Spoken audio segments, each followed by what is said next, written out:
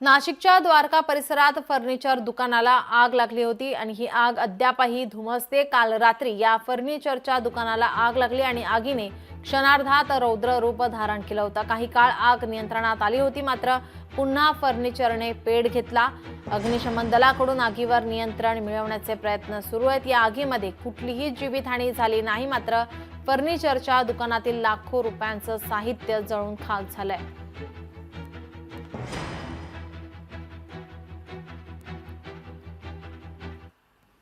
आपले प्रतिनिधी महेश महाले आपल्यासोबत जोडलेले आहेत। महेश, आपण पाहतोय काल रात्री ही आग लागली होती आणि त्यानंतर आता पुन्हा एकदा ही आग अद्यापही धुमसते।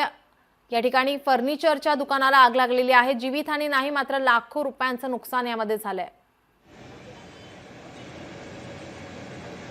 नीलम, अगदी खरं तर रात्रीच्या सुमारास ही आग लागलेली होती। नाशिकच्या द्वारका परिसरात असलेल्या लोकेश लॅमिनेट या फर्निचरच्या गोडाऊनला आग लागली होती। क्षणार्धात या आगीने जे आहे ते रौद्र रूप धारण केलेलं होतं आणि लागलीच अग्निशमन विभागाचे दलाचे जे बंब होते त्यांनी ही आग आटोक्यात आणलेली। आग ही जरी नियंत्रणात आली असली तरी अधूनमधून ही आग धुमसत आहे, कारण जे प्लायवूड आहे त्याचे जी आग आहे त्याच्यावर अद्यापही अग्निशमन विभागाकडून नियंत्रण मिळवण्याचा प्रयत्न जो आहे तो सुरू आहे। या आगीमध्ये जरी कुठलीही जीवितहानी झालेली नसली तरी मात्र लोकेश लॅमिनेट या फर्निचर दुकान मालकांचं जे आहे ते लाखो रुपयांचं नुकसान जे आहे ते या ठिकाणी झालेलं आहे। आणि आपण बघू शकतो या दृश्यांमध्ये की अद्यापही ही आग अजून तशीच आहे, मात्र अग्निशमन विभागाच्या वतीने सातत्याने या आगीवर नियंत्रण मिळवण्याचे जे प्रयत्न आहे ते अद्यापही चालू आहे। आपल्यासोबत या ठिकाणी अग्निशमन विभागाचे काही कर्मचारी आहे, आपण त्यांना विचारा।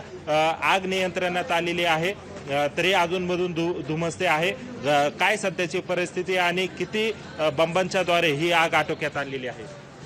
प्रथम आपल्याला 23:58 कॉल आला की घटनास्थळी आपलं हे कुठलं पण मारुती वेपर्स तपोवन इथे फर्निचरच्या दुकानाला प्लायवूडच्या दुकानाला खूप मोठ्या प्रमाणात आग लागलेली आहे।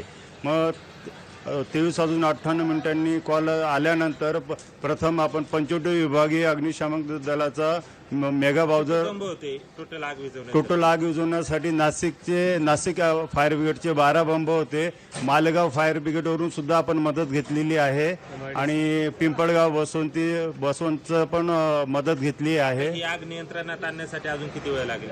ही आग नियंत्रणात आणण्यासाठी जोपर्यंत हे JCBनी पूर्ण मटेरियल बाहेर काढलं जात नाही तोपर्यंत ही आग अशी घुसमटतच राहील।